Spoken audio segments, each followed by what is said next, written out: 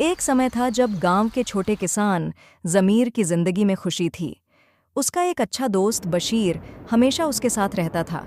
लेकिन फिर एक दिन ज़मीर का काम मशहूर होने लगा और गांव के सरदार ने उसकी ज़मीन को अपने नाम करने का फैसला कर लिया। बशीर ने पैसों के लिए ज़मीर के साथ धोखा किया और सरदार के साथ मिल गया। ज़मीर को झूठे इल्ज़ाम में फंसाकर हत्या कर दी गई। उसे गांव के कब्रिस्तान के एक कोने में दफनाया गया, जहां सिर्फ वे लोग जाते थे जिन्हें कोई याद नहीं करता था। ज़मीर की आत्मा को सुकून नहीं मिला, क्योंकि उसकी मौत एक निहायत जुल्म का परिणाम थी। गांव में कुछ दिनों तक सब ठीक था, लेकिन फिर अजीब घटनाएं होने लगीं।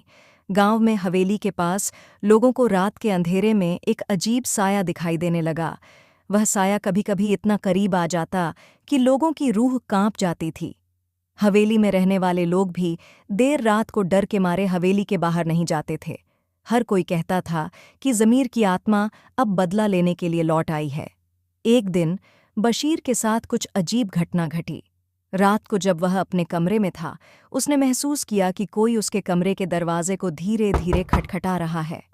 डर से उसका दिल जोर-जोर से धड़कने लगा। जब उसने दरवाज़ा खोला, सामने कोई नहीं था। हवेली के बाहर कब्रिस्तान के अंधेरे से एक आवाज़ आई, बशीर, तूने धोखा दिया था। रात दर रात बशीर के लिए यह आवाज़ बढ़ती गई। हर वक्त उसे लगता कि कोई उसका पीछा कर रहा है।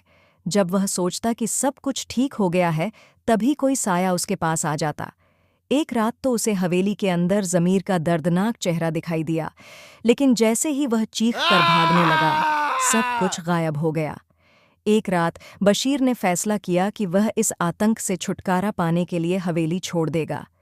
जब वह हवेली के दरवाजे तक पहुंचा, दरवाज़ा अचानक बंद हो गया और चारों ओर अंधेरा छा गया।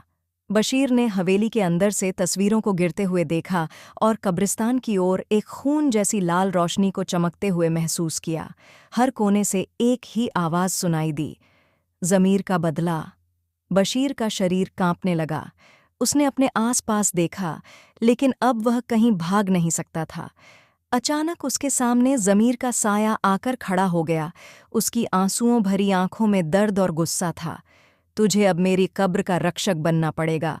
ज़मीर के बोलते ही अंधेरा बशीर को घेरने लगा। बशीर चीखने की कोशिश कर रहा था, लेकिन उसकी आवाज़ नहीं निकल रही थी। उसका पूरा शरीर ठीक उसी जगह पर जहां ज़मीर की कब्र थी, धीरे-धीरे मिट्टी में समाने लगा।